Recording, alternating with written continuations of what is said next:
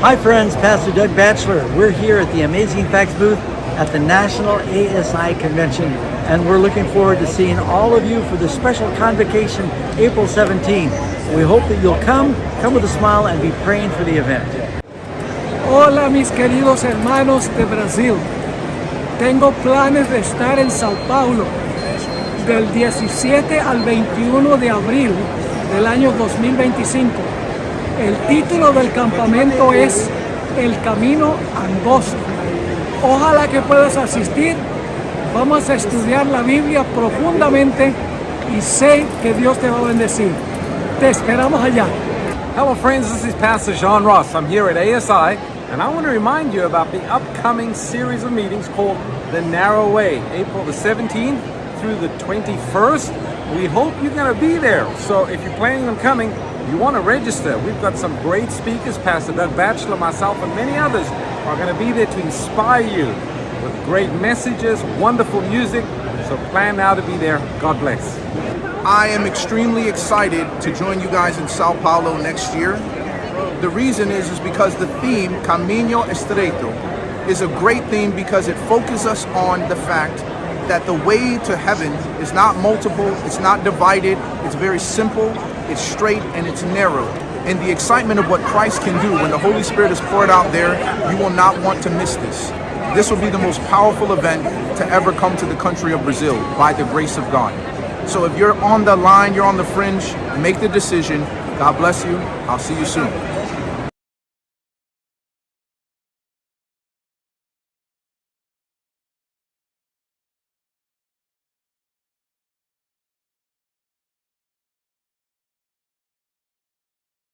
Hello, my Brazilian brothers and sisters. It's Christian Berdal from Shepherd's Call Ministry, and I'm so excited to invite you to Brazil. I'm coming back. There's going to be several of us together, amazing speakers. It's going to be an incredible weekend together. So make sure that you sign up here. Estamos juntos!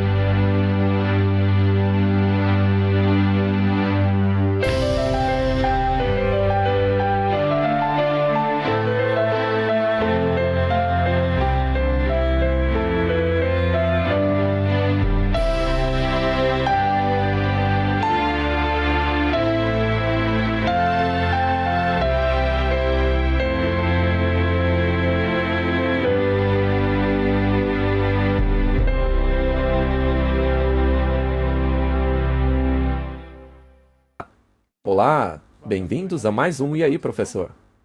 Oi, Martin. Olá, Walter. Olá. Você vai bem? Eu vou bem, obrigado. Veja só a imagem que o Henry fez para nós. É uma bela imagem. Eu só gostaria de mover aquele ponteiro um pouquinho mais para meia-noite. Aí ficaria perfeito. Eu concordo completamente com você. Quantos segundos você colocaria? Eu ajustaria o relógio para 11 horas, 59 minutos e 59 segundos. Muito bem, Martin. Parece que a cor mudou em comparação ao último episódio. Está um pouquinho mais sinistro, não é? Agora está azul escuro, está escurecendo.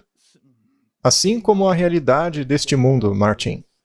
Muito bem, mas ainda não terminamos de falar sobre os jesuítas e suas... Artimanhas. Artimanhas é uma boa palavra, obrigado. Muito bem.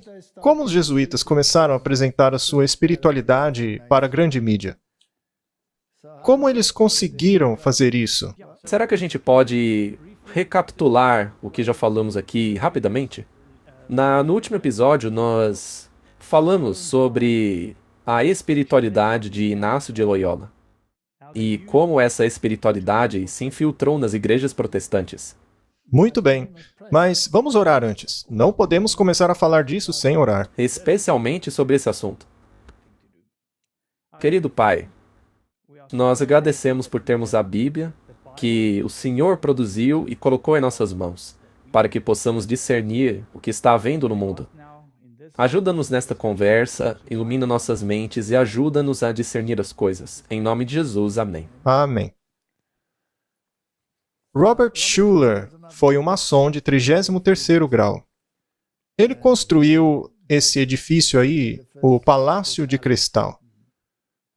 E ele pediu para que o Papa abençoasse essa estrutura, o que já revela muita coisa, né? Ele amava falar sobre o poder do pensamento positivo. O seu mentor foi Norman Vincent Peale, outro maçom de 33º grau. E nós sabemos que ao alcançar o 33º grau, o maçom passa a saber que Lúcifer seria o verdadeiro Deus. Robert Schuller também gostava muito de seus mantos. Ele adorava aparecer e pregar utilizando mantos. Certa vez ele até arrumou uma confusão no avião por causa disso.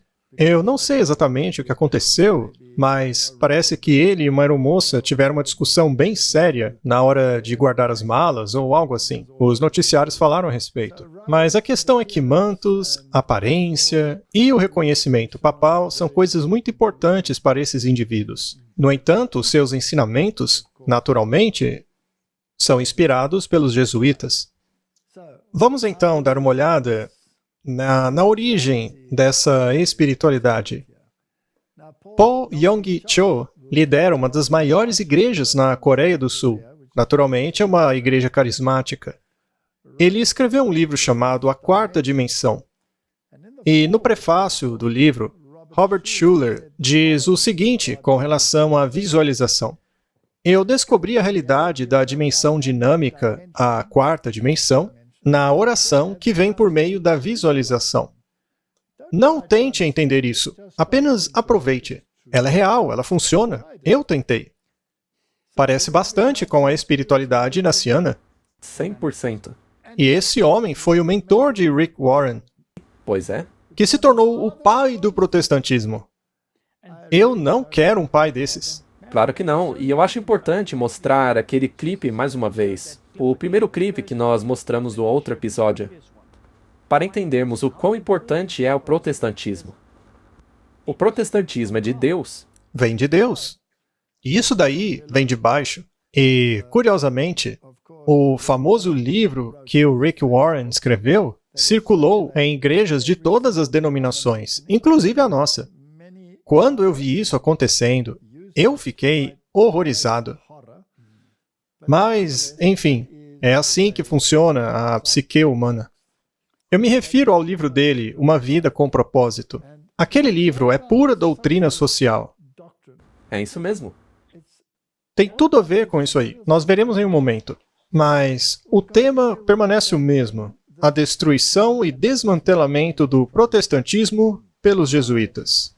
A organização mais diabólica que já desgraçou essa terra. E não é nem você que está dizendo isso. Essa frase foi inspirada. E é muito inspirada. Muito bem. Visualização é hipnose. E temos aqui algumas citações. O psicólogo Michael Yapko explica: em muitas vezes os terapeutas nem sequer imaginam que estão fazendo hipnose.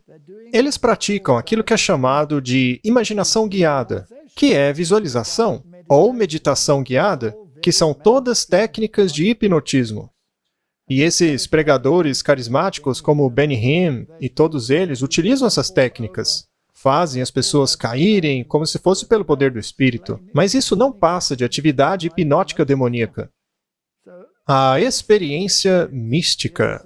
Temos aí um artigo bem interessante falando sobre Carl Jung. O artigo fala como surgiu a experiência dele.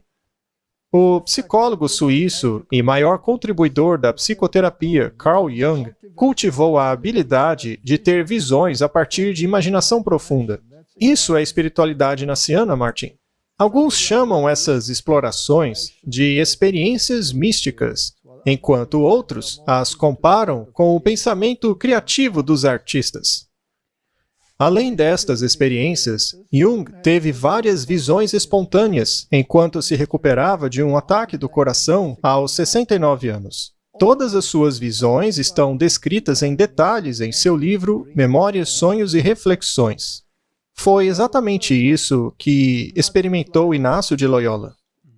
Lembre-se, nós citamos fontes históricas aqui. Ele visualizou essas aparições quiméricas e foi guiado pelo mundo espiritual, ao mesmo tempo em que as escrituras foram totalmente ignoradas. Carl Jung usa uma técnica visual para aprofundar sua prática de imaginação ativa. Ele visualiza realisticamente uma descida de grande profundidade. Não é interessante que eles sempre descem ao invés de subir?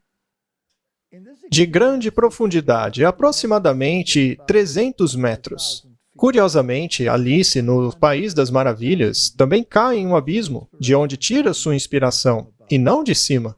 Durante essa experiência, ele se encontrava em um abismo cósmico. É onde mora o diabo, Martin. E vê algo semelhante a uma cratera lunar, sentindo-se no mundo dos mortos. Curioso, não? Lá nesse lugar, ele encontra um personagem bíblico. Ele vê um idoso e pergunta a ele quem ele é. E o homem diz que é Elias. Ora, veja só. E uma moça que seria Salomé. E ele pensa, que casal estranho. Para quem não se lembra, Salomé é a moça que dançou diante de Herodes e pediu a cabeça de João Batista. Elias e Salomé é como água e óleo. Simplesmente não dá para misturar os dois, mas na visão eles estão juntos. Elias diz a Carl Jung que ele e Salomé estão juntos para toda a eternidade. Isso é filosofia yin-yang pura. Também havia uma terceira figura, uma grande cobra negra. Isso parece fazer bastante sentido, né, Martin? Jung permanece próximo de Elias, mas mantém distância de Salomé. Parece que Carl Jung gosta mais do espiritismo branco que o espiritismo negro. Martin, tudo isso aí não passa de coisas demoníacas. Até mesmo a Universidade de St. Louis está praticando a paixão inaciana. Isso é fascinante, Martin. Carl Jung e os exercícios espirituais de Inácio de Loyola. Veja só, Martin. Não é interessante? Olha só. Essa é a Universidade de St. Louis, Martin. O apresentador é Anthony Moore. Ele é PhD e assistente especial do presidente. Georgetown University. Olha os jesuítas aí mais uma vez. Eles estão em toda parte. Eles sempre estão envolvidos. Eles sempre estão nos becos escuros, praticando as suas atividades perversas, seja lá quais forem. O que um psicoanalista suíço do século XX e um místico espanhol do século XVI têm a dizer um ao outro? O workshop é baseado na premissa de que Carl Jung oferece uma estrutura psicológica singularmente compatível para compreender as dinâmicas dos exercícios espirituais de Santo Inácio de Loyola. Nem precisa ler o resto. Sim, isso daí já prova o nosso ponto. No fim das contas, é o mesmo espírito conduzindo os dois. E conduz para quê? Leia a última frase. Leva para o seu eu autêntico, conectando a energia psíquica inconsciente e ouvindo ao chamado do rei. E, obviamente, esse rei é o Papa. Não Jesus Cristo. Tem que prestar atenção em como eles constroem a frase. É como você mencionou no outro episódio sobre o general jesuíta, que disse que você tem que ter o discernimento. E como vimos aí, esse discernimento vem de você mesmo. Você é capaz de imaginar o profeta Elias casado com Salomé, unido a ela para sempre? Por acaso pode o bem e o mal viver lado a lado, conectados um ao outro, como um cordão umbilical? Você consegue imaginar isso? Vamos ver o que diz o resto da mídia. O site de Oprah Winfrey promove um curso em milagres. Um curso em milagres, como você sabe, foi escrito por Ellen Schuckman. Ela foi uma psicóloga. Então temos a psicologia de Jung infiltrando dentro do mundo místico. Aí você se torna um alter Cristo. Você se torna Cristo. Tudo que Cristo fez, você pode fazer ainda melhor. Você pode ser melhor que Cristo. Isso é patético. Então, de acordo com a Mariane, um curso em milagres é um programa de autoestudo espiritual psicoterápico dividido em 3 livros. Não se trata de uma religião, mas uma base de treinamento mental psicológico em temas universais espirituais. De acordo com eles, você se torna Cristo. Você é um Deus. Isso é ensinamento da serpente. E veja, especialmente nessa era moderna, nos últimos 20 anos, esse treinamento psicológico, todos esses tipos de livros, são muito prevalentes hoje. Uma vez que isso não é vendido como uma religião, as pessoas acabam comprando a ideia, porque te ensina como melhorar a si mesmo. A Oprah Winfrey sempre mostra essa fachada cristã. No programa dela, ela convida pessoas de diferentes áreas, incluindo pessoas que conhecem a verdade. Sim. E, com isso, ela pretende fazer uma grande sopa ecumênica para que as pessoas engulam. Vamos ver o que ela tem a dizer. O poder da meditação. Oprah e a coach de vida. Pronto, sempre tem um coach. A coach de vida Sheryl Richardson falam sobre a importância da meditação e explicam como você pode começar a centralizar-se em si mesmo. Tudo para eles vem de você mesmo. Mas a Bíblia diz que o coração do homem é desesperadoramente perverso.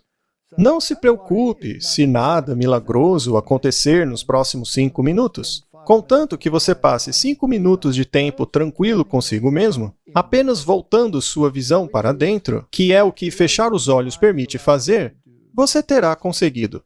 Você realizou algo muito, muito importante. Na verdade, provavelmente uma das coisas mais importantes da sua vida. Vou fazer apenas uma meditação de 5 minutos, uma visualização guiada. Olha aí a espiritualidade inaciana de novo. Acabamos de ver, pelo artigo da universidade, que é a mesma coisa. Você vai querer colocar as coisas no chão ao seu redor. Fique confortável. Sente-se de uma maneira que seja confortável para você. Apenas sente-se aí.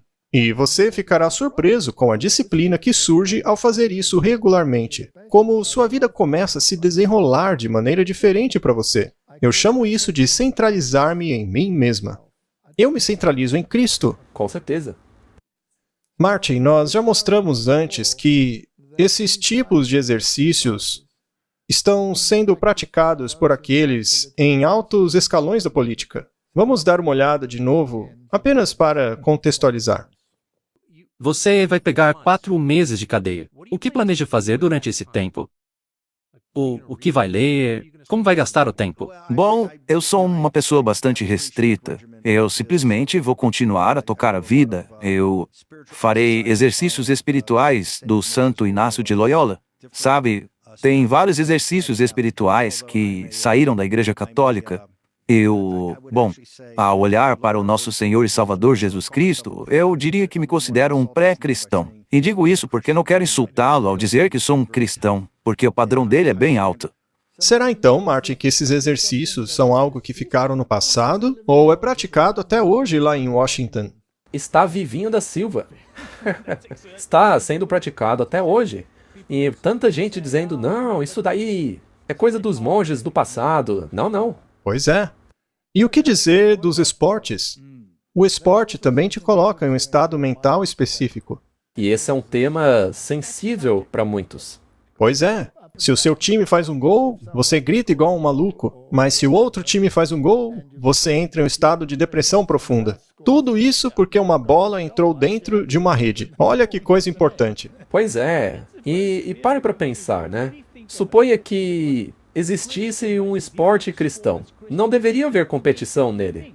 Os 2 times trabalhariam para conseguir o mesmo objetivo e os 2 ficariam felizes. Eu acho mais útil se os 2 se unissem para plantar batatas. Seria mais útil, pelo menos teriam o que comer.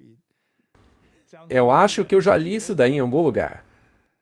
Os jesuítas e os esportes. Eles estão no governo, eles estão por trás dos esportes profissionais. O dono do time Pittsburgh Steelers nos anos 2000 foi um cavaleiro de Malta. O dono do Detroit Lions também era um cavaleiro de Malta. Todos os donos desses times de bola, ao menos em sua grande maioria, são cavaleiros de Malta, incentivando o povo a ficar empolgado com os seus jogos e esportes, enquanto estão ocupados criando tirania.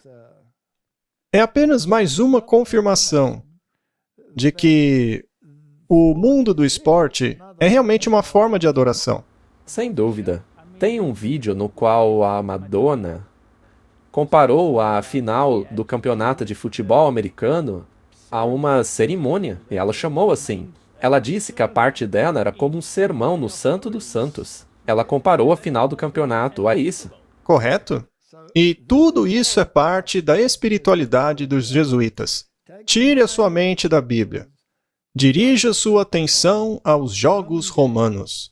Eles fazem isso na igreja, fazem isso nos estádios, fazem isso no cinema, fazem isso na Casa Branca, nos corredores do governo. Muito bem, visualização nos esportes. Não vamos nos aprofundar no assunto, mas é assim que funciona. É como uma armadilha mental. Pois é, isso mesmo, veja. Quando eu completei os estudos, eu tinha cerca de 30 anos, eu gostava muito de atletismo. Então eu decidi treinar e fui atrás de um treinador de atletismo. E o nosso treinador, ele... Treinador em inglês é coach, né? Sim. Você teve um coach. Sim, e a gente praticava visualização no treinamento. A gente deitava, eles tocavam música, e uma das melhores músicas, dependendo da atividade que você pratica, é a música Carruagens de Fogo. Ok. Então você ouvia essa música e visualizava toda a sua corrida, até você chegar à vitória. Isso fazia parte do treinamento. Pois é, e é o que eles fazem ainda hoje. Vamos ler. Sua confiança, força e concentração acabam durante a competição? Você treina duro, mas o rendimento é ruim nas provas? Você às vezes se sente fisicamente doente bem na hora da competição? Você deseja melhorar e avançar para frente? Para conseguir isso, você precisa mentalizar que você está performando no seu nível máximo. Na verdade, isso daí é uma grande parte da preparação dos atletas, especialmente nas Olimpíadas. A visualização é a resposta para superar a maioria dos problemas dos triatletas. Eis as principais razões pelas quais a visualização diária é tão efetiva. Relaxamento automático. As gravações hipnóticas te colocam em um estado de relaxamento fácil e automático, o que é perfeito para a visualização, ou seja, eles escutam música. A visualização fica mais poderosa a cada dia. A gravação foi projetada para tornar-se cada vez mais forte e efetiva. Funciona até mesmo quando você está dormindo. Mesmo que você durma ouvindo a gravação, você ainda recebe os benefícios subliminares, porque nesse estado o seu subconsciente está aberto a sugestões. Então, os melhores treinamentos são feitos quando se está dormindo. Sim, porque é uma coisa da mente. Pois é. Certo, vamos dar uma olhada em quem está envolvido nisso. Na página Swim Psychology, temos o Craig Townsend. Ele é o diretor e tem um diploma em hipnose clínica. Então, é hipnose. Martin, a hipnose é quando alguma coisa toma o controle da sua mente, e não é Deus. É um demônio. Eles utilizam essas técnicas em nadadores e atletas, todos os tipos de pessoas. Temos aí mais um treinador. Com a visualização, ele já ajudou milhões de pessoas, diz o artigo. Ele é um psicólogo que já trabalhou com atletas olímpicos, com o time do Canadá, etc, etc. E eles usam todas essas técnicas. Eles inseriram essa filosofia na psicologia. E veja, é o último lugar em que você esperaria encontrar isso. No esporte. Você acha que é uma coisa boa, porque você se imagina em uma situação boa, ganhando uma corrida, por exemplo. É só uma questão de treinar a sua mente. Parece inocente, não é? Sim, agora pegue a mesma técnica e aplique ao mundo espiritual. Mas isso é espiritual. Sim, mas as pessoas não sabem. Agora vamos trazer isso para o mundo espiritual. Não importa se é o hinduísmo, se é budismo, se é católico ou carismático, o princípio é o mesmo. Vamos dar uma olhada no Centro de Pesquisa dos Mestres Ascensos da Nova Era. Eles utilizam a visualização porque ela é uma joia dos Mestres Ascensos. Para quem não sabe, esses Mestres Ascensos são demônios. E eles não são ascensos coisa nenhuma. O lugar deles é nas profundezas do inferno. Muito bem. A verdadeira visualização é o atributo e poder de visão de Deus atuando na mente do homem. Ora, o Deus da Bíblia que não é. Quando alguém visualiza em sua mente um desejo sendo cumprido, ele está usando o meio mais poderoso de trazer esse desejo à experiência visível e tangível. As pessoas fazem isso com finanças. Sim. Dizem para você visualizar que está ganhando um monte de dinheiro. Atingindo o sucesso. E aí esse dinheiro vai para você. Isso é muito, mas muito perigoso. Foi lançado um livro que ficou muito famoso lá na década de 2000. Se chama O Segredo. É sobre esse pensamento positivo. Quanto mais você pensa positivo, mais você atrai o que você quer. Como dinheiro. Dinheiro e todo o sucesso que você quiser. E esse livro fez um sucesso enorme pelo mundo todo. Fizeram até mesmo cursos baseados nele. Isso não passa de filosofia da nova era? Como eu posso dizer, Martin? É uma ideia muito confortadora. Porque, digamos que você tem um problema. E aí você começa a visualizar que esse problema está sendo resolvido dessa ou daquela maneira. E aí você espera que esse tipo de coisa te sustente. Você simplesmente espera que a solução cruze o seu caminho. A vitória, ou o dinheiro, ou uma grande oportunidade. É como uma muleta na qual você se apoia para que você passe pelas dificuldades da vida. Mas o meu Deus cuida das minhas necessidades. Será que precisamos disso, então? Não. E caso alguém já tenha feito isso, e na verdade eu acho que todo mundo já fez, acho que todos já visualizaram-se tendo sucesso e logo em seguida tiveram apenas fracassos na vida, essa ideia não passa de um escape. E outras coisas que funcionam como escape são seriados, filmes, coisas que desligam sua mente. Você só fica ali olhando aquela luz, aquele filme. Isso é um tipo de hipnose. Antigamente, a hipnose era feita dentro de um quarto escuro com uma luz piscante, como um filme. Exato. Pois isso te coloca num estado alterado de consciência. E aí, essas ideias começam a entrar na sua mente, sem resistência. E muitas acabam nem lembrando do que viram. Elas não sabem o que está acontecendo. Então, isso tudo é muito perigoso.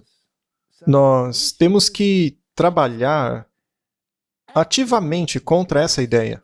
O que diz mesmo aquela citação? Temos que guardar as avenidas da mente. Sim. Será então que a verdadeira visualização é um atributo de Deus? Será mesmo? Veja só, o ocultismo sempre utilizou essas três técnicas para mudar e criar a realidade: pensar, falar e visualizar. Quem disse isso foi Dave Hunt, em Oculta Invasão. E é isso mesmo que está acontecendo no mundo. E está sendo encabeçado pelo pensamento jesuíta. E é impressionante pensar que esteja sendo usado até mesmo no mundo do esporte. E não só no esporte, mas também nas denominações cristãs. Sim. Muito bem. Robert Schuller ensina que a igreja tem um problema, que foi centralizar a teologia em Deus por séculos, quando, na verdade, deveria centralizá-la no homem. Isso é autoestima em nova reforma. Foi o próprio Robert Schuller que disse isso. Mas a pergunta é, de onde ele tirou essa ideia? Eis a resposta. Na conclusão do Concílio Vaticano II, o Papa Paulo VI disse aos bispos o seguinte: a igreja optou pelo homem, servirá ao homem, ajudá-lo a construir sua casa nesta terra. Mas, Martin, não foi Jesus que disse que O meu reino não é deste mundo. Não é deste mundo. O homem, com suas ideias e objetivos, o homem com suas esperanças e temores, com suas dificuldades e sofrimento, essa era a peça central do interesse da igreja, disse o pontífice aos seus bispos. Então, isso é coisa do Vaticano II. Isso acaba removendo todo o desejo de se estar com Jesus e no reino celestial. Essas coisas foram substituídas por justiça social. O Schuller também disse: vocês não conhecem o poder dentro de vocês. Podem fazer do mundo tudo o que quiserem. Sim, vocês podem transformar o mundo no que quiserem. E eu digo mais uma vez, são essas coisas que influenciam o Donald Trump no pensar dele. Exatamente. E isso vem pelos maçons de 33º grau. É como já mostramos aqui. Veja o Norman Vincent Peale. Schuller disse: chegou a hora dos protestantes irem ao pastor, naturalmente falando do Papa. Irem a ele e dizerem: o que precisamos fazer para voltar para casa? Acabar com o protestantismo sempre foi obra dos jesuítas. 100%. Quando Schuller estava planejando a construção da Catedral de Cristal, ele fez uma viagem a Roma para pedir a bênção do Papa em seus planos de construção. E nós já mostramos essa citação aqui. Mas, muito bem, Martin, vamos deixar as coisas bem claras aqui. A verdadeira meditação é sempre baseada na Bíblia. É isso aí. E, claro, tem a falsa meditação, que é baseada em nada. Ou você senta e fica repetindo a mesma palavra por 1 hora. Fica ouvindo a mesma música como um mantra. Salmo 119, verso 148. Fico acordado nas vigílias da noite para meditar na tua palavra. A verdadeira meditação é ler a Bíblia e ponderar sobre ela. Isso é verdadeira meditação. Não é uma experiência. Preciso cheirar, preciso provar, preciso tocar, preciso ouvir o Espírito. Eu não quero ler nada, eu só quero ouvir o Espírito. É aí que a coisa fica séria. Pois é. Quando envolve os sentidos. Quando me lembro de ti em minha cama e medito sobre ti nas vigílias da noite, também meditarei nas suas obras e falarei do que fazes. Ou seja, é um princípio ativo, não é esvaziar a mente. Não. Se você está deitado na cama e acorda de noite, pode pensar no que você leu na Bíblia. Isso é meditar. E o que significa a palavra hebraica para meditar? Siak. Ela é a raiz primitiva de ponderar e, por implicação, conversar, ou pronunciar, comungar, lamentar, declarar, meditar, refletir, falar. Fale com Deus por meio de sua palavra. Exato, é ponderar. E não ficar mentalmente morto, só esperando que os espíritos te digam o que fazer. A Bíblia diz para provarmos os espíritos. E outra coisa que o pessoal te diz para fazer é...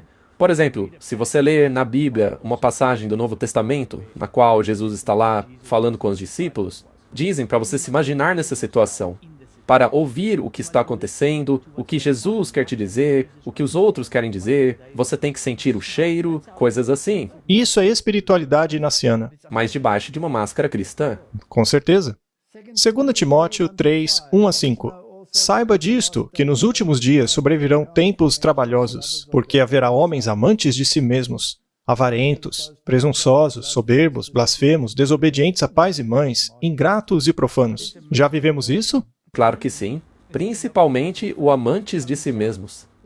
Não é isso que dizem para nós o tempo todo hoje em dia? É isso que dizem. Sem afeto natural, irreconciliáveis, caluniadores, incontinentes, cruéis, sem amor para com os bons, traidores, obstinados, orgulhosos, mais amigos dos prazeres do que amigos de Deus. Eles têm aparência de piedade, mas negam a eficácia dela. Ou seja, olhe para dentro de você ao invés de olhar para a Bíblia. As pessoas não querem ler a Bíblia. O espírito de profecia escreveu isso em 1888. Ao contemplarmos Cristo, somos transformados até que passemos a odiar o nosso antigo orgulho, nossa antiga vaidade e autoestima, nossa justiça própria e descrença. Você vai livrar-se desses pecados como um fardo inútil e passar a andar humildemente, mansamente, confiando em Deus. Praticará o amor, a paciência, a bondade, a misericórdia, cada graça que habita nos filhos de Deus, e irá finalmente encontrar lugar entre os santificados. Isso é o oposto do que é dito hoje em dia. É o oposto do que acontece. Eu amo que ela diga até que você passe a odiar o seu orgulho. Sim, devemos odiar as coisas que fazíamos antes. Quem praticava a visualização tem que começar a odiar isso. Tem que odiar porque essas coisas tiram você de si mesmo. E se você fez isso, peça perdão a Deus. Peça ajuda para que você nunca entre nisso novamente. Exato. É por meio da avenida da autoestima e da autossuficiência que Satanás procurará enredar o povo de Deus. Isso não acontece. Acontece com todo mundo. O mundo todo está enredado nisso. E temos esse alerta aí. Não apenas no espírito de profecia, mas também na Bíblia. Essa é uma questão muito, muito séria. Agora vamos dar uma olhada na igreja de Willow Creek, de Bill Hybels. Ele foi pupilo de quem? Do Schuller? Mais uma vez, olha o Schuller aí. Então as pessoas têm um coach que teve um coach que pedia bênçãos ao Papa. Não é? Todo o sistema está aí. Todo o sistema. O sistema gera filhos. Compreendendo as novas terminologias. Qual é a terminologia utilizada por eles? Está no site deles. Não estamos inventando nada. A partir de agora, quando você ouvir essa terminologia, essas palavras aí, as pessoas já vão ficar com... Vão ficar com alergia. Com coceira em todo o corpo. Muito bem. Vamos às palavras que eles utilizam. Visualização, formação, mentoria, coaching, direcionamento espiritual, consenso, ecumenismo, mudanças sísmicas, e nós vamos falar sobre mudanças sísmicas, mas em um contexto totalmente diferente dessa bobagem aí. Comunidade interespiritual, mudar a cara da adoração e conter a maré. Eu me pergunto, conter a maré do quê? Vamos lá, o que é ensinado na Willow Creek? A promotora de meditação Carrie White Kent escreve positivamente sobre as comunidades monásticas e a igreja emergente. Em seu artigo da Willow Creek, Redescobrindo a Formação Espiritual, Martin, será que eu quero mesmo descobrir o que Inácio de Loyola estava fazendo em sua patética meditação? E é claro, formação espiritual. E todas essas práticas se tornaram populares, muito populares. E aí eles mencionam livros como Quão Grande é o Seu Deus, do jesuíta Paul Coutinho. Martin, veja como os jesuítas estão em toda parte. Eles são como cupins, corroendo casas de toda parte. Essa é uma boa analogia, porque a princípio você não vê que a casa está sendo comida. No começo você não vê, mas quando o telhado cai, aí já era. Esse daí é um dos meus favoritos, Martin. Naturalmente, não num bom sentido, mas no sentido de aversão absoluta ao que esse homem já fez. Ele é um padre franciscano. Ninguém deveria ser chamado de pai, padre. Mas, enfim, ele é um pai, um padre da Igreja Católica Romana. Ele gosta de danças bongô, fala muito de Deus Pai ou Mãe, etc. Rohr alterou algumas das orações da liturgia da Eucaristia. Ao abrir o prefácio, ele orou, Pai e Mãe Deus. Quanta besteira, Martin! E você sabe, é a mesma coisa do mormonismo. Eles também acreditam na deusa mãe. Continuando. Antes da consagração da hóstia, ele disse, antes de ser entregue à morte, uma morte a qual ele disse sim. E antes da consagração do vinho, Rohr orou. Quando a ceia terminou, ele deu graças e louvor e entregou o cálice aos seus amados. Após a consagração, Rohr disse que o sangue de Cristo será derramado por você e por todos, para que você saiba que seus pecados estão perdoados. Ao orar pelos falecidos, ele os mencionou como especialmente seus próprios amados que já estão no Senhor. Isso é espiritismo. Isso é imortalidade da alma. Então vemos aí a religião do dragão misturada com a religião da besta, servida como vinho à religião do falso profeta. que é o conglomerado da Babilônia. Mas caiu a Babilônia. Ela tornou-se casa de demônios, de toda ave impura e detestável. Eu espero que isso já esteja claro. Acho que não custa nada deixarmos claro mais uma vez. Isso é o protestantismo caído. As igrejas se unindo a Roma. É isso mesmo. Ele então iniciou o Pai Nosso dizendo: "E agora, sabendo que apesar de sermos muitos, somos um, embora venhamos de lugares e raças diferentes, todos compartilhamos o mesmo Pai, Mãe, Deus." Espera um pouquinho, eu não compartilho nenhum Deus, Pai, Mãe. Eu não quero me unir a vocês. Invocamos nosso Deus juntos, nas palavras que Jesus nos deu: Pai nosso que estás nos céus. Eles redefiniram a divindade. Eles a tornaram uma divindade androgênica yin-yang. E a única figura que se encaixa nisso é o próprio Baphomet, Lúcifer, o próprio Satanás. E eu pergunto, por acaso Roma mudou? Não, está ainda pior. Vamos dar uma olhada em alguns dos ensinos deles. Será que eles acreditam que nós somos deuses? Bem, pelo que ele acabou de dizer, eu creio que sim. Você acha que eles ensinam a mesma coisa que ensinou a serpente no Jardim do Éden, ao invés de ensinar a palavra de Deus? Vamos ouvir. Nós veremos agora como o diálogo interreligioso promove virtualmente a mesma visão de mundo que a bruxaria. Quem somos nós? A maioria das pessoas não sabe. Nós viemos de Deus. O nosso DNA é divino.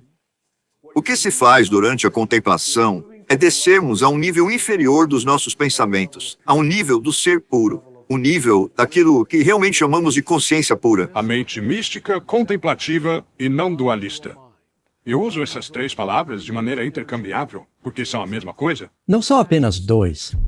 Há uma fusão, na qual você percebe a presença de Deus em você. É uma questão de despertar, é uma questão de estar consciente.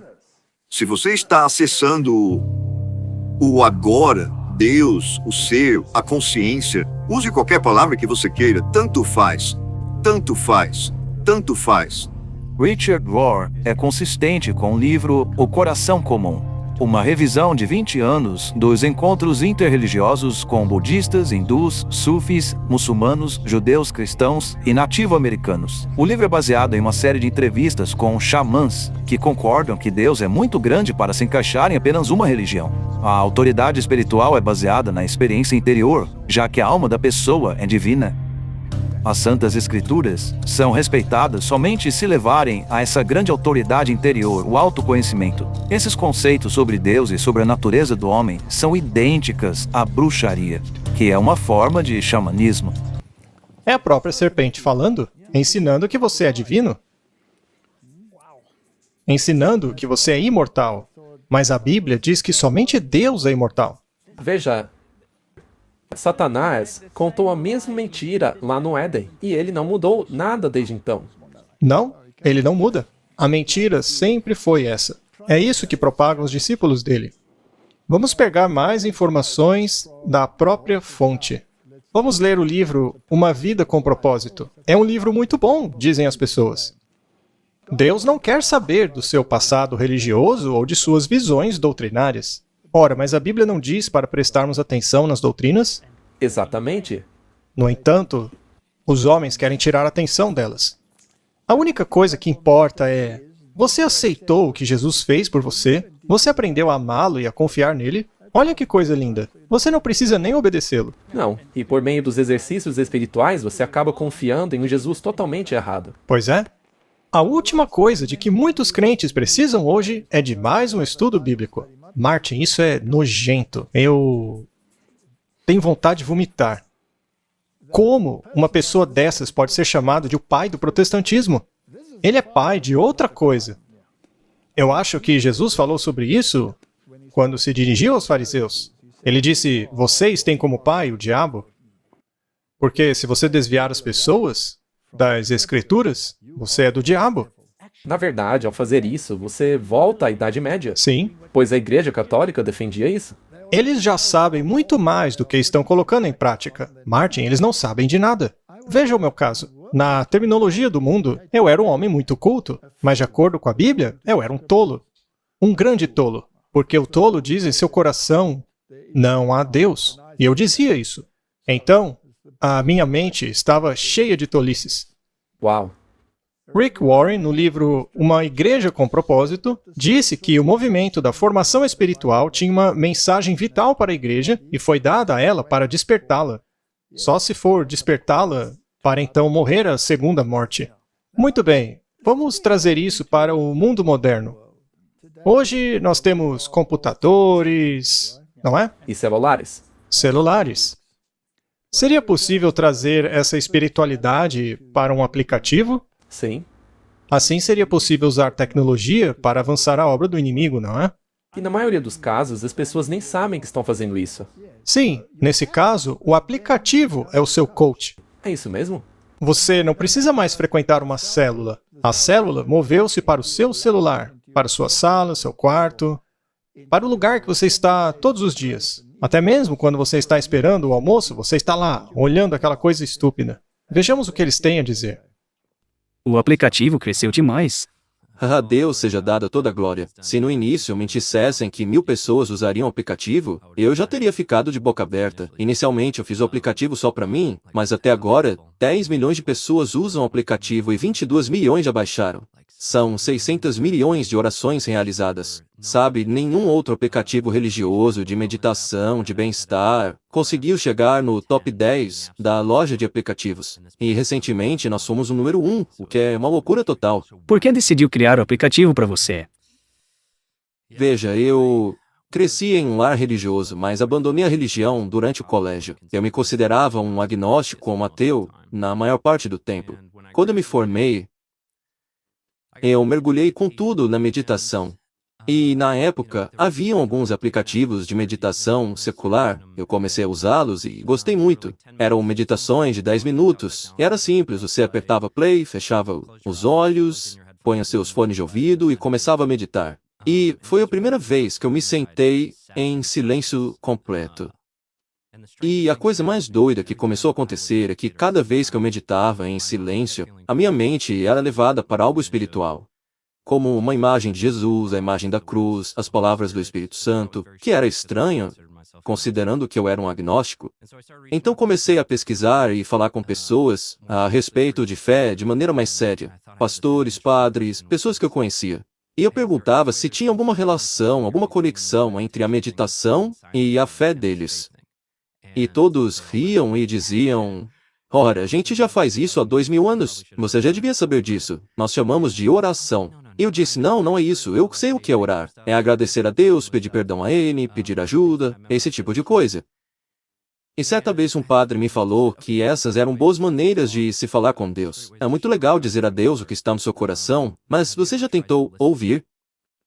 E eu disse: não. Como assim? Como eu escuto Deus? E foi aí que comecei toda essa coisa de oração meditativa e contemplativa na igreja. Lectio Divina, espiritualidade naciana, oração imaginativa, sentar em silêncio, mantra, coisas que nunca havia ouvido falar antes. Por exemplo, Lectio Divina é uma forma de meditar nas Escrituras. Eu abri a minha Bíblia de maneira aleatória, escolhi uma palavra, e na minha sala de estar, eu tinha aberto em Lucas 11, onde os discípulos pediram a Jesus que os ensinasse a orar. Pai nosso que estás no céu, santificado seja o teu nome. Aí eu peguei a palavra santificado, escolhi essa palavra e comecei a meditar nela. Meditei 10 minutos nela, no conforto da minha mente e da minha casa. E aí eu comecei a chorar. Foi uma profunda sensação de ter paz, mais profunda do que qualquer coisa que eu já tinha experimentado. Isso meio que já resume tudo, Martin. Sim, isso nos mostra que, como você disse, tudo aquilo foi transformado em um aplicativo. E não é triste que essas pessoas tenham sido conduzidas a isso por um outro espírito? E lembre-se que eles dizem Lectio Divino, leitura divina. Você não está lendo o que Deus diz. Pegue uma palavra, por exemplo, santificado. Foi o que ele fez, né? E aí ele teve todas essas visões e coisas que o conduziram. Sem mais, que espírito? Ele disse que é legal falar com Deus, pedir coisas, etc, etc. Mas como saber que você está sendo conduzido? Bem, você tem que abrir a Bíblia, você tem que usá-la. Lectio Divina, leitura divina. Mas pegar uma palavrinha e meditar nela para abrir um caminho, isso é dar a essa palavra um sentido totalmente do que está na Bíblia. Do que a Bíblia chama Jesus? A Bíblia não o chama de a palavra. Tua palavra é lâmpada para os meus pés e luz para o meu caminho. Então, se eu quero meditar naquilo que Deus disse, eu não deveria ler a Bíblia inteira? Sim, toda a palavra de Deus. Mas Inácio de Loyola diz, não faça isso. Apenas pegue uma cena. Exato. A que ele utilizou em seus exercícios espirituais, em seus escritos, foi a cena do casamento em Caná. Então, visualize a cena do casamento. E visualize Jesus transformando a água em vinho. Visualize Maria. Visualize os convidados. Torne-se um deles. Exatamente isso. E aí você usa todos os seus sentidos. Sinta o cheiro da cena, ouça a cena, utilize o toque, utilize todos os sentidos. E aí você medita em alguma coisa. E então, Maria diz a Jesus o que fazer. Neste caso, quem está dando as instruções é Maria. Então, apegue-se a ela. Imagine-se tocando as roupas dela, sentindo a textura do tecido. Sinta o perfume de Maria. Isso, basicamente, te coloca em um estado mental muito instigante. E isso pode acabar muito errado. E isso tudo foi o que Inácio de Loyola fez. Sim. Você tem que incorporar todos os seus sentidos nesta coisa. Você tem que se tornar parte daquela experiência. E então, essa entidade com a qual você está se associando, neste caso a Maria, começa a falar com você. Porque você agora é parte da cena. Agora você está recebendo informação. Recebendo. Mas essa informação pode ser sutil, pode até parecer bíblica, mas acaba tomando um caminho diferente. Loyola também fez uma outra visualização que era sobre o inferno. Ele diz para você vivenciar aquilo. Visualize a dor. Você tem que literalmente sentir a dor do inferno. Você tem que usar os seus sentidos para sentir o cheiro do inferno. Visualizar aquele cheiro de coisas podres. O pior cheiro que você pode imaginar. Aquele que te causa náuseas. Ele diz para você entrar nesse estado. Ele diz para você visualizar não apenas a dor, mas ouvir os gritos daqueles que estão sofrendo ali. Visualizar a si mesmo chorando de dor. Martin, esse negócio é uma coisa horrorosa. Esse negócio de visualização é nojento. Mas se você tomar certos aspectos disso e cristianizá-los e colocá-los na igreja, se colocá-los em um aplicativo, exato, aí todo mundo gosta. Todo mundo passa a beber do vinho de Babilônia. Aí todos passam a ter a sua própria história. Sim, e há atores famosos do mundo envolvidos nisso. Por exemplo, tem aquele seriado, The Chosen. Eles também utilizam a visualização, também utilizam um aplicativo, etc, etc. Vamos dar uma olhada? Com certeza. Para mim, é muito interessante que o ator que faz o papel de Jesus seja um católico romano que fala muito sobre o seu catolicismo romano. Ele tem um aplicativo chamado Hallow e incentiva constantemente que as pessoas entrem nele. Eu sou o seu guia no Hallow, um aplicativo de oração e meditação que o ajudará a encontrar paz. Respire fundo, em nome do Pai, do Filho e do Espírito Santo. Amém. A imagem desse Jesus está sendo gravada na mente do público, e o fato dele ser católico fará com que as pessoas tenham mais simpatia por essa religião. O Papa disse que a maior arma que temos contra o demônio é o rosário. Experimente. Isso, Martin, é uma introdução à contemplação católica. O rosário é uma oração repetitiva.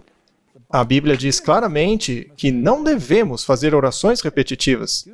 Não seja como os pagãos, disse Jesus.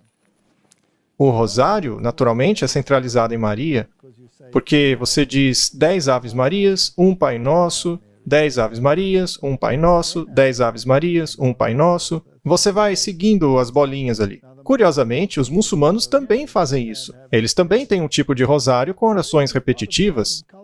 Essas orações são parte da cultura pagã. E naturalmente você tem o credo, etc, etc. Você pode explicar?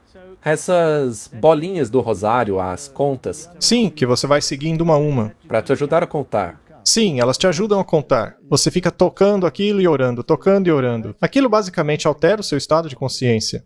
Veja, por exemplo, as 10 Ave Marias. Ave Maria é assim: Ave Maria, cheia de graça, o Senhor é convosco, bendita sois entre as mulheres, etc. E aí você vai repetindo, repetindo, repetindo. Eu era católico, eu fiz muito isso. Mas é uma coisa centrada em Maria. É Maria, Maria, Maria. E depois que chega o Pai Nosso, eles deixam de fora o último verso, que diz: pois teu é o reino, o poder e a glória para todos sempre. Isso porque, para eles, o reino, o poder e a glória pertencem ao Papa. Por isso deixam de fora esse verso. Então, em contrapartida a essa oração repetitiva, você tem o jeito bíblico de orar. Vamos comparar ambos. Orar é abrir o coração a Deus como a um amigo. Isso foi tirado daquele belíssimo livro, Caminho a Cristo. A oração não é necessariamente para fazer com que Deus nos conheça, mas sim para nos habilitar a recebê-lo. A oração não rebaixa Deus a nós, mas nos eleva a Ele. A centralização te rebaixa. Pois é. A oração verdadeira te eleva a Deus. Outra citação de Sinais dos Tempos. Há dois tipos de oração: a oração formal e a oração de fé. A oração repetitiva, de frases costumeiras, quando o coração não sente a necessidade de Deus, é a oração formal. Quando orarem, disse Cristo, não usem de vãs repetições, como fazem os pagãos, pois acham que pelo muito falar serão ouvidos. Mas a oração que vem de um coração fervoroso, quando as simples necessidades da alma são expressas, assim quando pedimos um favor a um amigo terrestre, esperando que ele as conceda, essa é a oração de fé. É interessante, Martin. Essas pessoas dizem para você repetir centenas de vezes palavras como Jesus, Santo, ou seja lá o que for, para que a sua mente entre num estado de hipnotismo. E isso é demoníaco. Além disso, ninguém fala desse jeito. É verdade, não faz o menor sentido. Se eu sentasse aqui, na posição de lótus, repetindo alguma coisa legal para minha esposa, como por exemplo, eu te amo, e eu repetisse isso 500 vezes. Eu te amo, eu te amo, eu te amo, eu te amo, eu te amo. Igual um disco quebrado. Eu te amo, eu te amo, eu te amo. Ela ia acabar pegando uma panela e dando na minha cabeça. Então, igual um gongo budista. Pois é, isso nem sequer tem lógica. Não tem a menor lógica, é ridículo. Vejamos agora mais um plano de Rick Warren, que ele chama de o Plano Peace, que seria paz em português. O Plano Peace é um esforço massivo para mobilizar 1 bilhão de cristãos ao redor do mundo em um esforço de evangelização de igreja para igreja. O Plano Peace é uma iniciativa liderada por pequenas equipes de grupos para atacar os gigantes globais dos nossos dias, que são o vazio espiritual, liderança corrupta, pobreza, doenças e analfabetismo. Esses gigantes globais são enfrentados de maneira holística, começando pela comunidade local da igreja, que eles chamam de Jerusalém, e comunidades próximas, que eles chamam de Judéia, áreas regionais, cruzando barreiras culturais, Samaria, e, finalmente, globalmente, para o mundo todo. Rick Warren afirmou repetidamente: foi para isso que Deus me criou. Tudo o que fiz até agora foi simplesmente uma preparação para o Plano Peace. O Plano Peace e os Objetivos das Nações Unidas são exatamente a mesma coisa. São mesmo. E o que esse Peace significa? P é plantar igrejas, E equipar líderes, A ajudar os pobres, C cuidar dos doentes e E educar a próxima geração. E isso por meio da formação espiritual.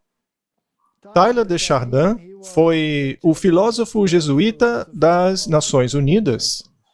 Ele era um jesuíta. E a Igreja Católica, por certas ocasiões, teve que se distanciar dele, por certas coisas que ele disse.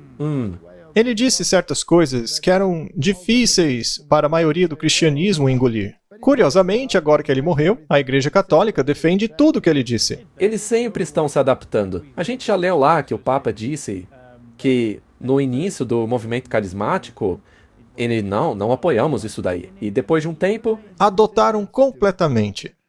Então, ele, assim como Richard Rohr ou qualquer outro que siga instruções de demônios e ensina o ensino da serpente no Jardim do Éden, aceitam muito bem essa ideia de que somos deuses. Esse homem é um dos mais citados entre os escritores ocultistas e adeptos da nova era. Ele usava termos como gênese de valores, cocriação coletiva, esforço combinado, ponto ômega, gênese cosmológica, que é quando o cosmos se reúne, noogênesis, que é quando as mentes se reúnem. Isso é a fusão da teologia do consenso. E tudo isso soa muito semelhante ao curso alfa. Exato. Grupos de células. Onde você tem um coach que separa um grupo de 12 em volta de um, exatamente como faz a Sociedade Secreta de Rosa Cruz. Veja só como o diabo é esperto. Porque Jesus também disse que podemos ser um, assim como ele e o Pai são um. Então eles torcem isso totalmente para contrariar a doutrina bíblica. E é interessante que aqueles que estavam prontos para receberem o Espírito Santo nos tempos de Jesus eram 120. Então, isso ajuda a criar uma confusão em torno do número 12. Talvez eles pensem que 120 é 12 mais 0. Então, é 12 de qualquer maneira. Talvez eles pensem assim.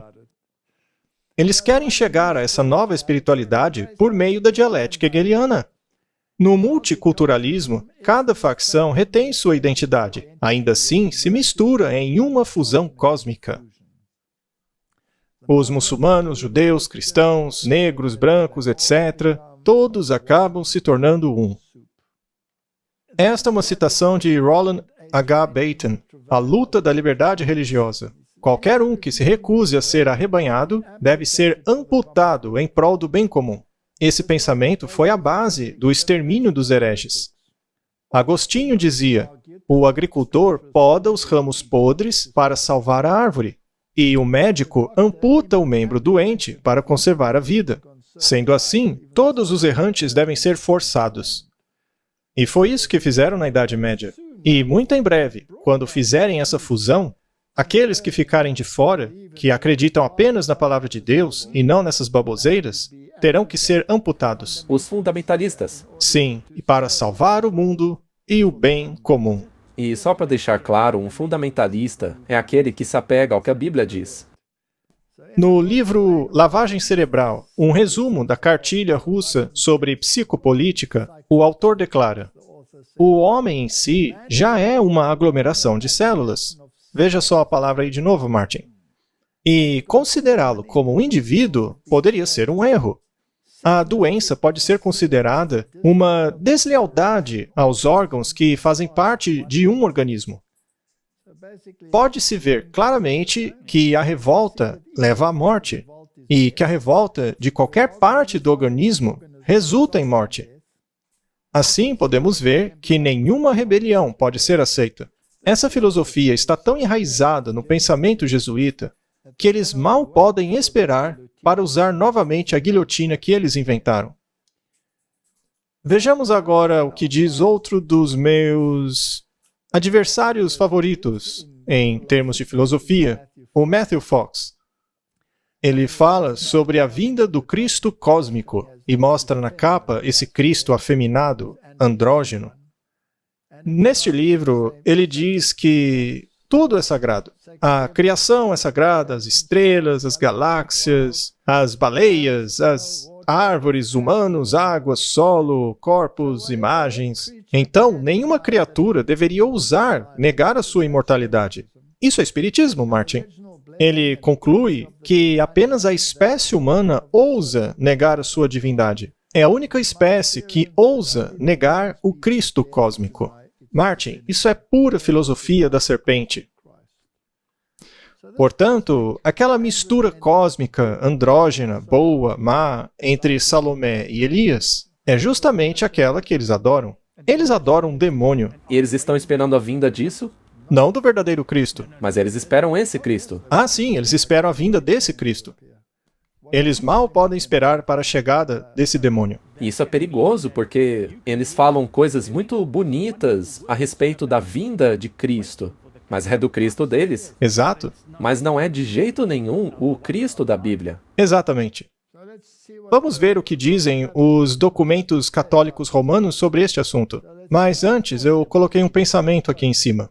O cristianismo moderno tem sido moldado pela teologia dos jesuítas e a formação espiritual guiada por Inácio de Loyola. É isso que temos mostrado. E eles fazem isso até a alma ser fragmentada e achar-se dependente e subserviente à igreja ou ao seu supervisor espiritual. Muito bem, vamos ver os documentos do Vaticano II. Ao formar suas consciências, o fiel deve prestar atenção aos certos e sagrados ensinos da igreja. Pois a Igreja Católica é, pela vontade de Cristo, a professora da verdade, ou seja, obedeça à Igreja Católica. Você se lembra da doutrina dos jesuítas? Sim, se você vê que algo é branco, mas o seu supervisor diz que é preto, então é preto. Correto. O Catecismo da Igreja também diz o seguinte: a educação da consciência é indispensável, já que seres humanos são suscetíveis a influências negativas e tentados pelo pecado de darem ouvidos à sua própria consciência, rejeitando assim ensinos autoritativos. Ora, eu rejeito todo o catecismo católico. E aí, o que eles vão fazer, Martin? Vão me amputar? Você será excomungado, Walter. Isto seria uma grande e enorme honra. E eles já fizeram isso. Aliás, eu pedi oficialmente a exclusão da Igreja Católica. E eles me escreveram uma carta. É mesmo? Sim. E eles disseram que não aceitariam, feito dessa forma direta. Mas eles registraram o pedido. Ah, entendi. Sim, está registrado lá. Muito bem. O que é a formação espiritual? A Bíblia não fala sobre formação, mas transformação. Não se conforme a esse mundo, mas sejam transformados pela renovação da sua mente, para que provem a boa, aceitável e perfeita vontade de Deus. Este é o modelo, Martin. Ele é o nosso modelo. A norma, para mim, é Jesus Cristo. É isso aí. E eu não sigo a Jesus Cristo porque alguém me mandou segui-lo. Na verdade, a minha natureza rebelde jamais me permitiria fazê-lo. Eu passei a segui-lo porque, ao ler sobre Jesus Cristo, vi como ele era. E, veja, João era filho do trovão, não é? Mas ele foi transformado por observar o modelo. E eu também desejo ser mudado porque também observo o modelo. Eu amo Jesus Cristo. E você, Martin? Claro, com toda certeza. Não é? Jesus é o único governante que eu conheço que não alega ser um coach. É verdade, hein? É mesmo. Bem, apenas para considerar, eu estava pensando, eu acho que ninguém que ouça falar pela primeira vez dessa infiltração dos jesuítas não reaja com uma certa negação. Sim, porque é um choque para elas. A Bíblia fala sobre Cristo sendo formado dentro de nós, e não a partir de fora. Gálatas 4:19 diz: meus filhinhos, por quem de novo sinto as dores de parto, até que Cristo seja formado em vós. E ele não te força, ele não te obriga. Ele apenas dá exemplos em sua vida das consequências de se seguir outro caminho. E eles não são muito bons. Bom, vamos avançar. Opus Dei e formação. Nós mostramos algumas figuras políticas que estão profundamente envolvidas na Opus Dei dentro da nova administração do Trump. O fundador da Opus Dei, que significa o caminho de Deus, é José Maria Escriva. E ele fala a respeito da formação espiritual. Mas o que ela faz? Segundo ele, os verdadeiros cristãos precisam ser disciplinados e obedientes a um diretor espiritual. Ou seja, abandone sua individualidade, o seu próprio pensamento. Apenas obedeça às instruções de algum palhaço que se acha ser o seu diretor espiritual, que foi treinado por uma pessoa, que foi treinado por outra pessoa, que foi treinado por um jesuíta. É isso mesmo. É assim que funciona. Mais um. Ele já faleceu. É o Richard Foster. Ele fala sobre os psicólogos cristãos. Ele é fundador de uma organização chamada Renovare.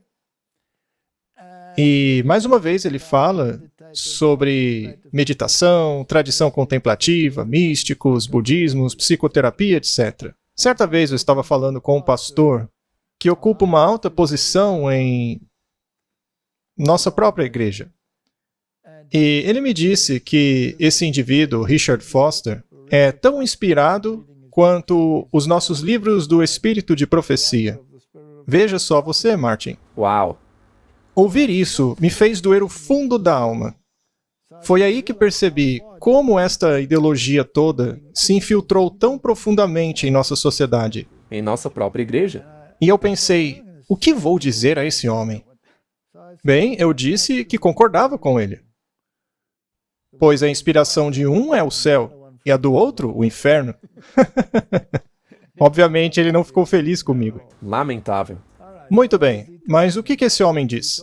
Ele fala sobre oração contemplativa, oração centralizadora, que te leva a perceber a sua própria divindade, santidade e a vida virtuosa, carismático, justiça social, encarnacional, a vida sacramental, ou seja, faça rituais, ande de certas maneiras, faça certas coisas. É um labirinto de besteiras. Tudo baseado em obras. E, finalmente, uma vida centralizada na palavra. Mas o que ele quer dizer por isso é você pegar uma palavra e contemplar nela. Sim, e não a palavra de Deus como um todo. Não, claro que não. O que ele diz? Vamos ver. Ele diz assim, conforme você entra na história, não como um observador passivo, mas como participante ativo. Veja a visualização aqui de novo. Tudo gira em torno disso. E é exatamente o que eles fazem. Isso aí é a teologia inaciana pura. É puro jesuitismo. Lembre-se de que, uma vez que Jesus viveu o eterno agora, e ele não é preso pelo tempo, esse evento do passado é uma experiência presente para ele.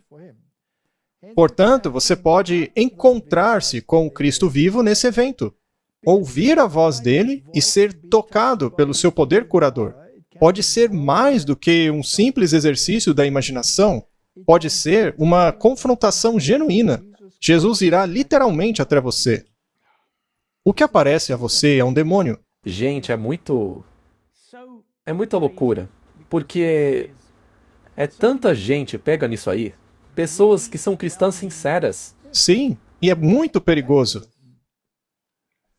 Vejamos algumas citações de algumas dessas pessoas que seguem a linha de pensamento dele. Esse DVD se chama Aquieta-te. Veja só algumas citações. Uma das grandes coisas que o silêncio faz é nos dar um novo conceito de Deus. Martin, a Bíblia te dá um conceito de Deus. Exato. A Bíblia fala. É claro, não se pode ter um conceito de Deus diferente do da Bíblia. A maravilha da oração contemplativa é que ela pode ser achada em toda parte, em qualquer lugar, em qualquer hora, para qualquer um. Nos tornamos um santuário portátil, de forma que vivemos a nossa vida, seja lá onde for, conscientes da bondade de Deus e da presença de Deus. Ó Mestre Divino, ensina-me essa linguagem muda que diz tanto. Não diz nada.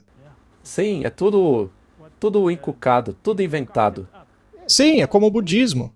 O estado final, o nirvana, o estado do nada. Sabe, eu sempre me perguntei como o diabo conseguiu convencer as pessoas de que isso é algo bom. Afinal, a punição para o pecado é o nada. É o estado de nada. E ele conseguiu criar uma religião na qual o maior objetivo a ser atingido é justamente o estado de nada. Isso é impressionante. Jesus, por outro lado, veio para nos dar vida em abundância e não um vazio completo. Não, é completamente o oposto. Exatamente o oposto da Bíblia. Você pode até mesmo fazer algumas danças sagradas, como esses giros.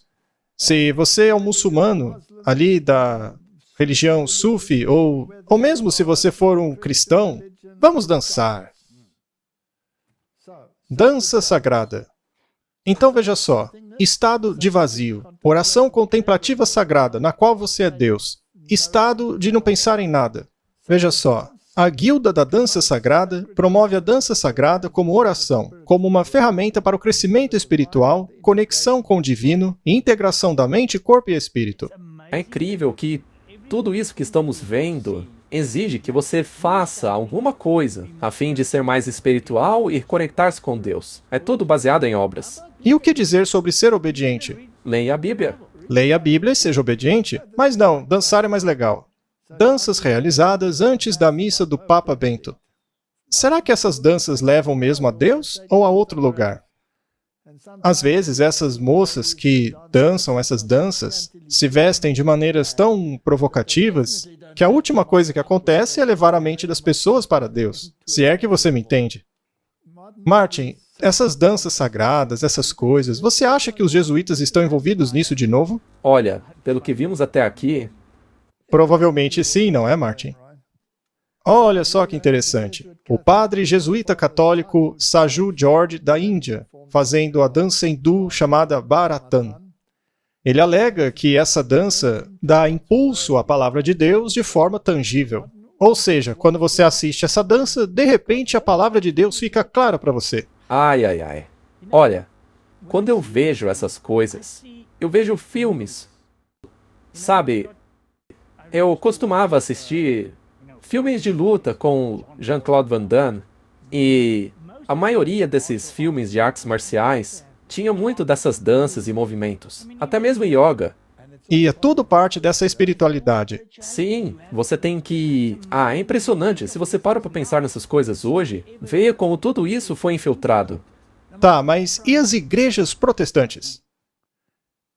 Elas deveriam estar imunes a esse tipo de coisa, certo?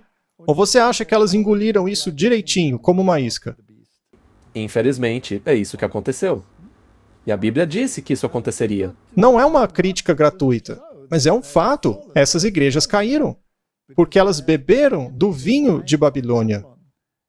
Se transformaram exatamente na imagem da besta. Elas foram formadas, mas não uma formação do céu, mas do inferno. Não transformação. Não, formação. Muito bem. Se perguntarmos ao Centro Metodista de Formação Espiritual, veja, só esse nome já é algo muito estranho. Afinal, como pode um centro metodista ter formação espiritual? Não é? Reuniões diárias ou semanais projetadas para atender aos interesses e necessidades daqueles que procuram caminhar mais profundo em sua jornada espiritual. Todos são convidados a comparecer. Isso foi de 2008 a 2009. Eu poderia mostrar o que eles estão fazendo hoje, mas é a mesma coisa. Sim, não mudou nada, é a mesma coisa. Eles começam com a oração do labirinto. Martin, você já leu na sua Bíblia alguma coisa sobre isso? Não, na verdade, eu tive que pesquisar o que seria isso. Você tem que andar num labirinto ou coisa parecida a fim de iluminar-se espiritualmente. Isso é uma prática budista da nova era. E é impressionante... que isso esteja numa igreja protestante, não é? Sim, exatamente. Mas eu espero de verdade que ao ver essas coisas, as pessoas comecem a abrir os olhos e olharem para isso de uma maneira diferente. Porque há muitos lugares em que tentam emular isso daí. São lugares tranquilos, que tem um labirinto, que você vai... É verdade. E a origem é isso aí. Certo. Então, Martin, isso supostamente é uma experiência espiritual, seguida por um momento de compartilhar, adorar e comungar. E, finalmente, tem a espiritualidade monástica. Martin, eu acho que eu vou ter um derrame agora. Como um negócio desse está na igreja metodista? Martinho Lutero dizia para as pessoas saírem do sistema monástico, porque era do diabo. Esse sistema força as pessoas ao celibato.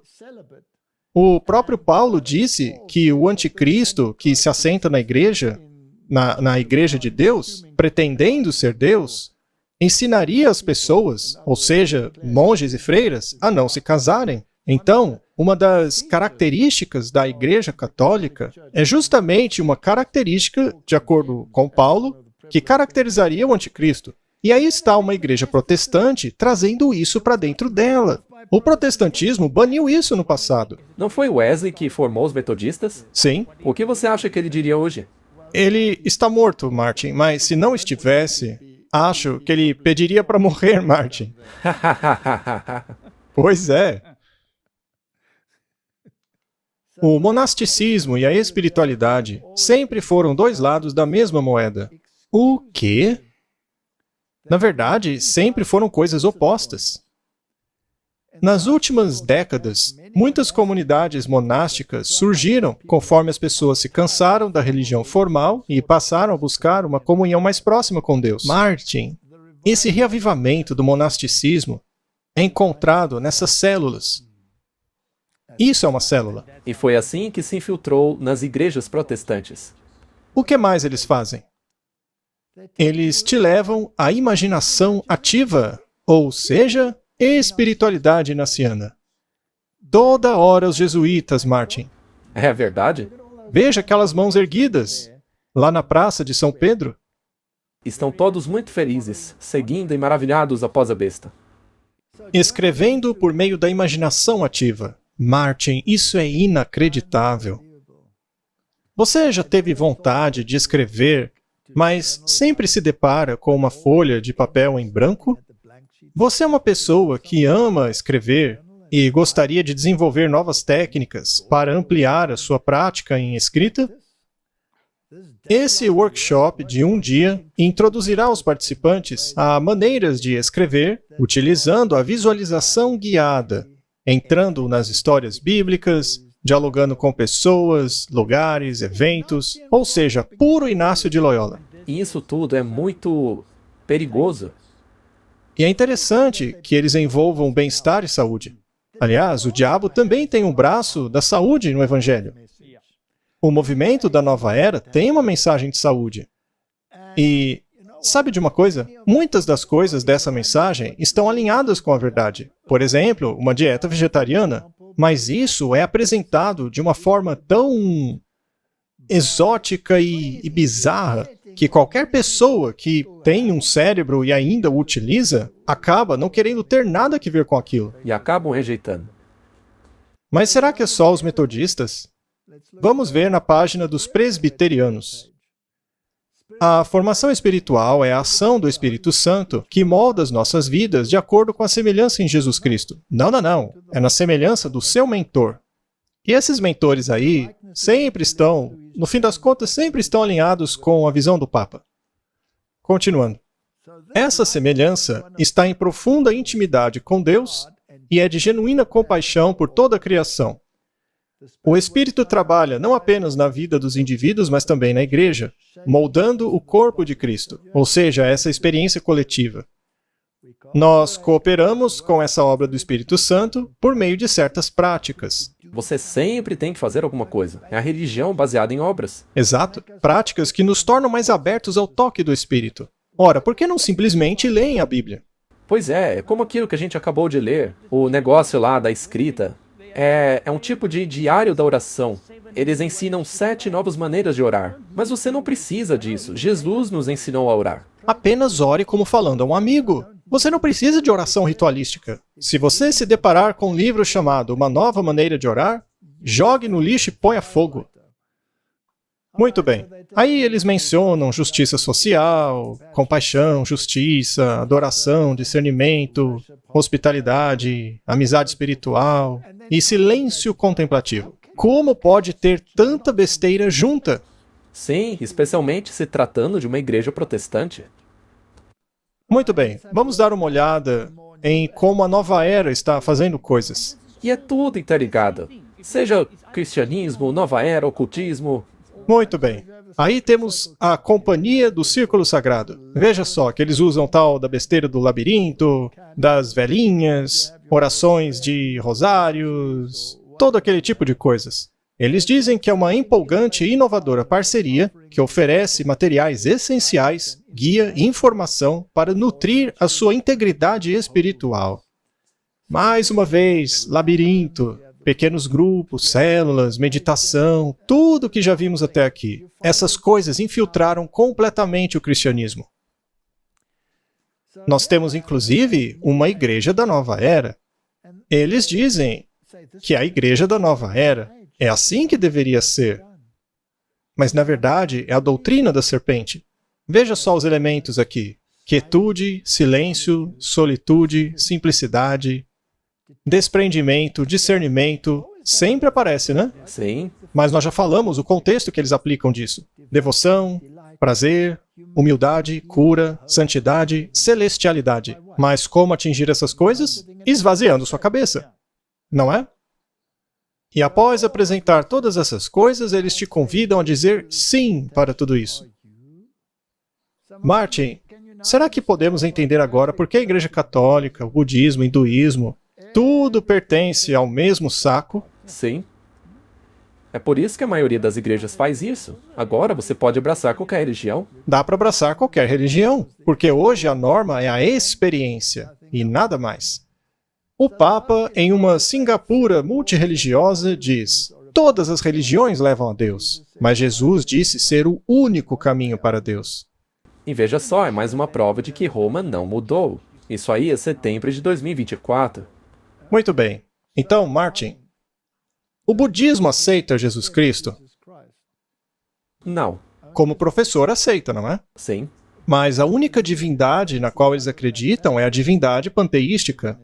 Sim, para a nova era, ele é apenas um mestre ascenso. Pois é, ele é um mestre ascenso, que, de acordo com as pinturas deles, se parece com Jesus, mas não é o Jesus da Bíblia. Os demônios se manifestam como sendo mestres ascensos, ou outros cristos. Mas, muito bem, o que o Papa tem a dizer? Vamos lá. Todos os caminhos levam a Deus. Ora, isso é negar a Cristo logo de cara. Em uma frase que, mais uma vez, gerará reação nos setores mais tradicionais da Igreja Católica, ele concluiu a sua visita de 3 dias a Singapura, dizendo que todas as religiões são um caminho para Deus. É como se fossem línguas diferentes para se chegar a Deus. Mas Deus é Deus para todos, disse o Papa, que deixou de lado o seu texto preparado e falou abertamente o que bem quis. Uma vez que Deus é o Deus de todos, somos todos filhos de Deus. Sim, somos todos filhos de Deus por criação. Mas devemos ser filhos de Deus por escolha. Não é mesmo? Isso é muito verdade. Escolham hoje a quem servirão. Vocês podem seguir a Baal ou a Cristo. A escolha é inteiramente sua. Temos aí um artigo de 25 de setembro. Foi publicado por um jornal jesuíta. Veja que curioso. Mais uma vez o Papa falou algo que precisaram esclarecer rapidamente, porque vai contra o que a Igreja Católica supostamente ensina. E dos protestantes também. E dos protestantes também. Vejamos o que os jesuítas têm a dizer. Isso é do Jornal dos Jesuítas. Será que o Papa Francisco quis dizer que todas as religiões são iguais? Veja o que ensina a Igreja Católica. Como frequentemente acontece, um fragmento de alguns comentários improvisados foi parar nas redes sociais. E muitos interpretam de forma negativa, como se o Papa estivesse dizendo que todas as religiões são igualmente verdadeiras, o que pareceria absurdo, já que todas as religiões, em alguns aspectos, se contradizem. Mas o ponto do Papa era que todas as religiões são formas de se comunicar com Deus, e não que todas sejam iguais. Olha, eu acho que não foram claros o suficiente. Para mim, soa mais como uma enrolação jesuíta isso aí. Eles usam muito bem as palavras. Certo. Como doutrinar a mente de milhões de pessoas? E o teatro jesuíta, naturalmente, é uma grande maneira de fazer isso. E aqui nós temos o Little Light Studio mostrando algumas confissões das pessoas envolvidas no The Chosen, apenas para mostrar como essa espiritualidade é, na verdade, espiritismo. Exatamente. Eles falam com gente morta. Além disso, a maioria dos episódios de muitas das temporadas desta série são extra-bíblicas. Sim. Grande parte do conteúdo saiu da imaginação. Exato. Pode muito bem ter sido feito por meio desses exercícios espirituais. Vamos dar uma olhada. Ele foi atrás do local aonde Lonnie Frisbee estava enterrado, e o que ele fez é assustador. Antes de começar a trabalhar, eu fui até a Catedral de Cristal. Eu me sentei ali ao lado do túmulo e orei o rosário com ele. Eu sentei e orei com ele. E o espaço à direita dele é vazio. Eu fui lá e me sentei. E chegou um ponto em que eu me deitei porque eu queria ter uma conexão maior com ele. Talvez isso seja muita informação para vocês, né? Mas, enfim, foi o que aconteceu, foi isso que eu fiz.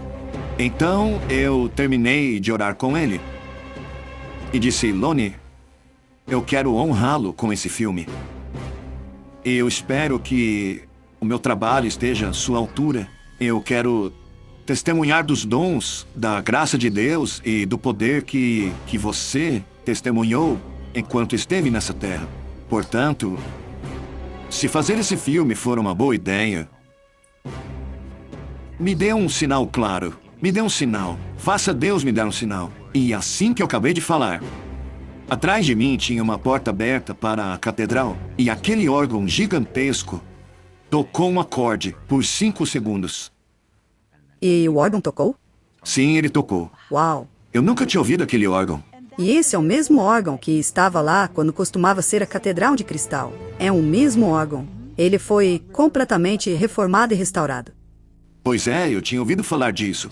A minha reação foi: ok. Obrigado por responder. Nessa foto eu estou vestindo um manto e uma cruz com uma pequena coroa nela. É a Cruz do Cavaleiro.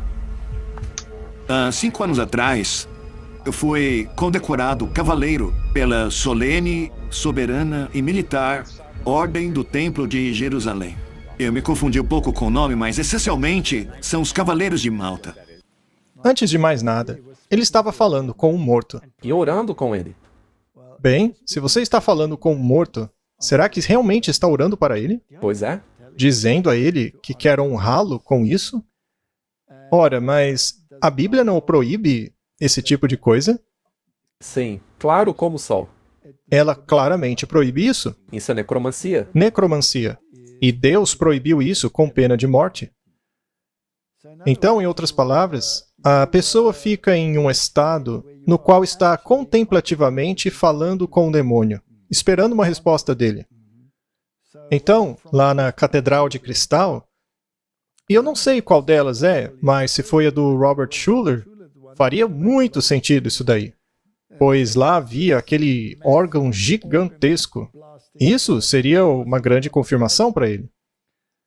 Então, Martin, se você depende de sinais como esse, você está se colocando em um terreno muito perigoso, porque Satanás vai te dar sinais. É importante entender isso. Nós temos que ser muito cuidadosos. Veja, Deus pode nos dar certos sinais para nos direcionar, mas nunca, quase nunca, são sinais físicos como esse. Seria algo como, por exemplo, uma pessoa dizer alguma coisa, ou você sabe, não é dando um sinal direto como esse. Eu preciso de um sinal para saber se eu devo abandonar minha esposa e casar com aquela jovem. Muitos perguntam isso. Aí, se algo fantástico acontecer, tipo uma rosa cair em frente de mim ou coisa assim, aí eu sei que eu devo abandonar minha esposa. E se uma pessoa pedir por um raio, tenho certeza que ela vai correr atrás de uma tempestade. Aí ela vê um raio e diz: obrigado, Senhor, pela confirmação. Era isso mesmo que eu achava. Realmente, isso é muito perigoso. Mas na Bíblia há um verso muito claro que diz: não, isso é terreno perigoso. Muito bem, Martin, isso tudo é muito importante. E como vimos, esse ator foi nomeado um cavaleiro. E ele faz o papel de Jesus. E ele faz justamente Jesus. Quantas pessoas já não foram influenciadas por essa série? E elas acham que o seriado é igualzinho à Bíblia. Sabe de uma coisa? Eu arrisquei assistir aos primeiros episódios, mas parei assim que vi Jesus pedir conselhos a Mateus e praticar o seu sermão diante dele. E Mateus o corrigiu. Eu então pensei: quer saber de uma coisa? Eu não vou assistir essa blasfêmia. E desliguei. E nunca mais assisti esse programa. E não pretendo assistir. Bom, ele admitiu ser um cavaleiro templário. E essa ordem não é parte dos jesuítas também? Ora, é claro que é controlada pelos jesuítas. Não tenha dúvidas. Então essa é uma série cristã conduzida pelos jesuítas. Sim. E só porque alguém que está à frente de uma produção como essas pega o desejado de todas as nações e levanta com a mão, Será que isso já não é suficiente para convencer muitos adventistas de que o filme produzido por essa pessoa deve ser muito bom? Sem dúvida. É muito enganoso. Vamos ver outro clipe. É um seriado sobre Jesus, no qual 95% do conteúdo não é da Bíblia. A maioria do conteúdo desse seriado não é das Escrituras. Sim, sou horrível, mas é verdade. Se você assistir o primeiro episódio da primeira temporada, quase nada ali vem das Escrituras. Já o segundo episódio da segunda temporada, nada é das Escrituras. Episódio 3 e 4, nada é da Bíblia. Acho que quando as pessoas veem essa versão de Jesus sendo retratada, um Jesus que tem suas próprias falhas em uma maneira humana, veem que ele é bastante relacional e gracioso. Acho que as pessoas precisam começar a ver esse lado de Jesus. Porque muitos de nós têm engolido uma versão de Jesus que se preocupa apenas com o nosso comportamento. E cada episódio dessa série refuta isso daí. Nada é baseado nas Escrituras. E os Mormons estão envolvidos no programa. E ele tinha falhas. E ao vermos suas falhas, podemos nos identificar com ele. Peraí, eu achei que Jesus não tivesse pecado. Achei que a Bíblia dissesse que ele foi o único homem sem pecar. Eles rebaixam Jesus ao nosso nível, ao invés de nos elevar a ele. Correto? Isso não é triste. Os jesuítas e a Contra-Reforma é um assunto muito, muito sério. E todas essas denominações caíram. Todas caíram. Tornaram-se casa de demônios. E por praticarem essas coisas, estão adorando o demônio. São casas de demônios.